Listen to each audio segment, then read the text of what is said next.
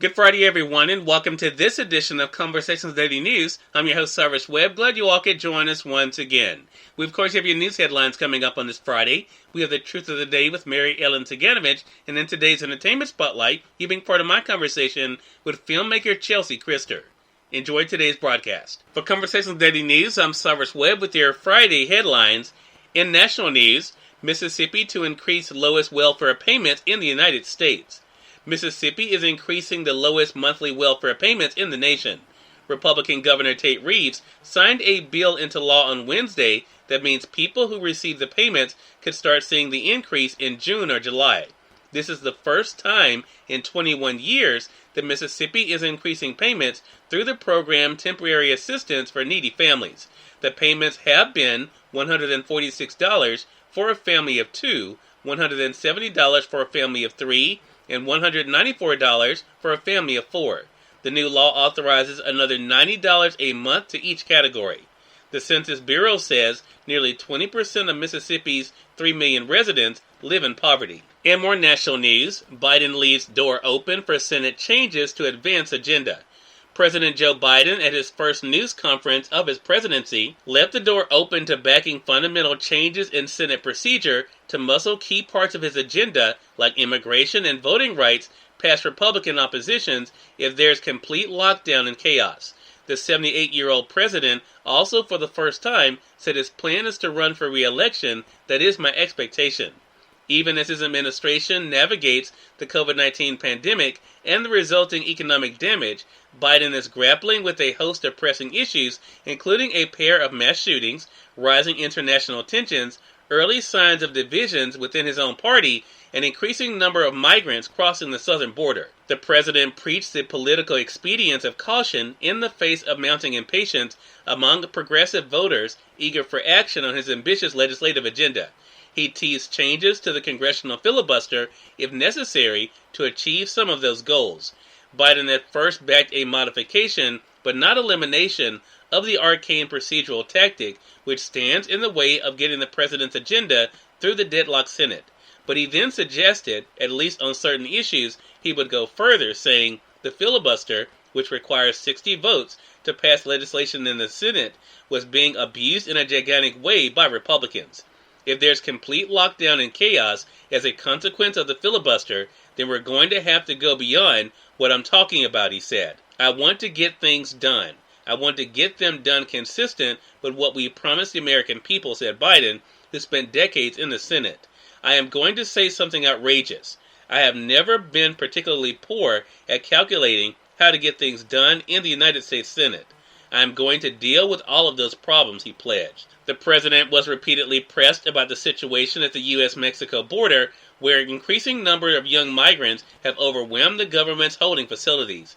Biden promised better media access to the camps once his administration has a better handle on things, as well as improvements to the nation's immigration system and U.S. help to improve conditions in the migrants' home countries. In more national news, tornado flattens homes in Alabama, knocks out power in the South. An apparent tornado roared through a housing subdivision in Alabama on Thursday, reducing one home to a pile of rubble and ripping roofs off others. Trees were pulled from the ground, and thousands were left without power across a large swath of the Deep South as strong winds and heavy downpours swept across the region. The National Weather Service issued multiple tornado warnings in Alabama and surrounding states, where forecasters say conditions were right for strong twisters that could stay on the ground for miles. In entertainment news, poet Amanda Gorman revisits inaugural triumph with Oprah.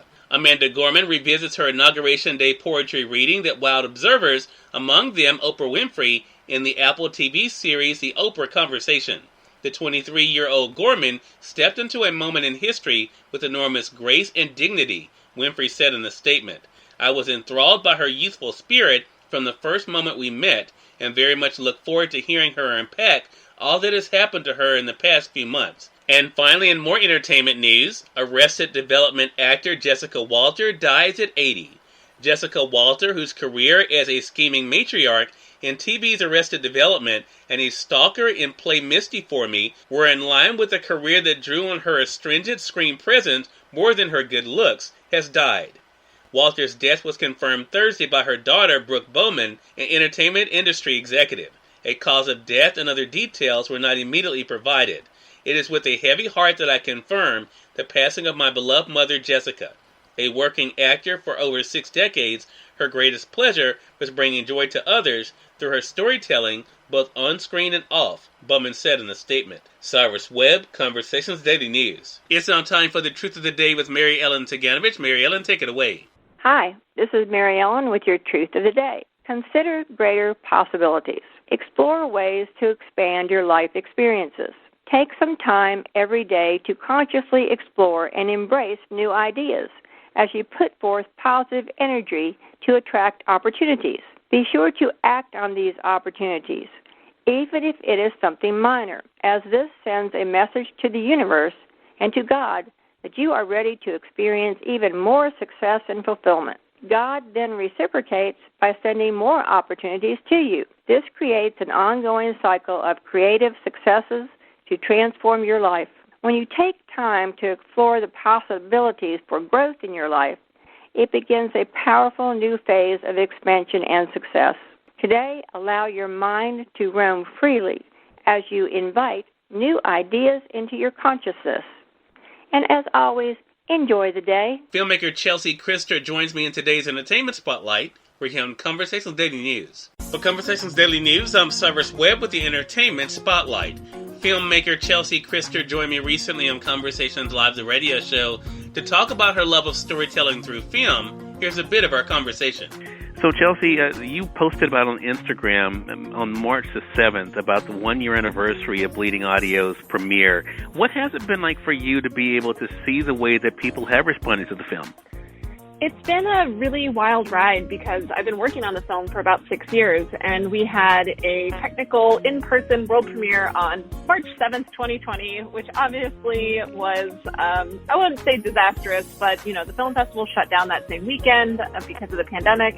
And it was a very weird roller coaster journey going from that in-person explosive world premiere to kind of nothing.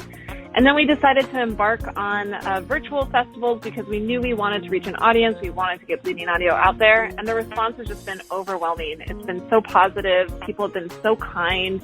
And, here we are with, some audience awards. And it's just been a really wonderful journey. And while I miss the in-person theater experience, it's been really great connecting with people on a more global scale. And also in just opening new audiences up to film festivals has been really fun too.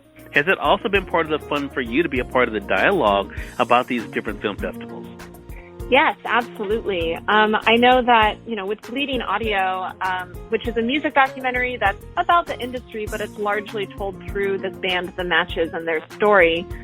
We were fortunate enough to have a bit of a built-in fan base who's been following our journey since we had our very first Kickstarter campaign. And, these people who are supporting the film don't necessarily know anything about independent cinema or that film festivals are even a thing. And so being able to bring this audience that supported our film from the very beginning and introduce them to other indie films that are also programmed alongside ours has been really exciting. Cyrus Webb, Conversations Daily News. We thank you all for tuning in to this edition of Conversations Daily News. We'll be back with you guys on Monday with more news, Truth of the Day with Mary Ellen Ciganovich, and of course your Entertainment Spotlight. Until then, I'm your host, Cyrus Webb, saying as always, enjoy your day, enjoy your life, enjoy your world. Thank you all for choosing Conversations Daily News today. Let's make it a great one.